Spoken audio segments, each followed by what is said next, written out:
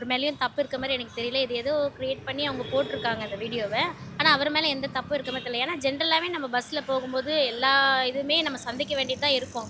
அதனால் நம்ம அதுக்காக லேடிஸ் அட்ஜஸ்ட் பண்ணி போகணுன்றதும் நான் சொல்ல வரல. இது வந்து எனக்கு தப்பாக தெரியல.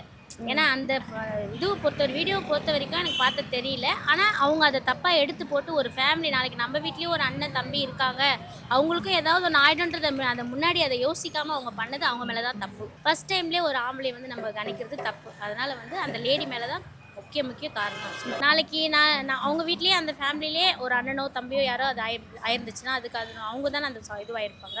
அதனால் முழுக்க நான் அவங்க மேலே தான் சொல்லுவேன். இப்போ எல்லாருமே எல்லா சமயத்திலும் கணிக்க முடியாது. இப்போ தேவையில்லாமல் அவர் என்ன கனவோடு வாழ்ந்தாரோ அது எல்லாமே வேஸ்ட்டாக போயிடுச்சுல. அவர் கல்யாணம் ஆச்சான்றது எனக்கு தெரியாது.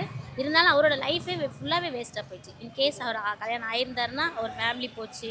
ஆகாமல் இருந்தாருன்னா அவர் எவ்வளோ கனவோடு நமக்கு ஒரு ஃபேமிலி நம்ம இது பண்ணணும் இப்படி பண்ணணும் அப்படின்ட்டு எவ்வளோ எக்ஸ்பெக்டேஷன் இருந்திருக்கும். அது எல்லாமே போயிடுச்சுல. எல்லா ஆண்களும் ஒரே மாதிரி இருக்க மாட்டாங்க.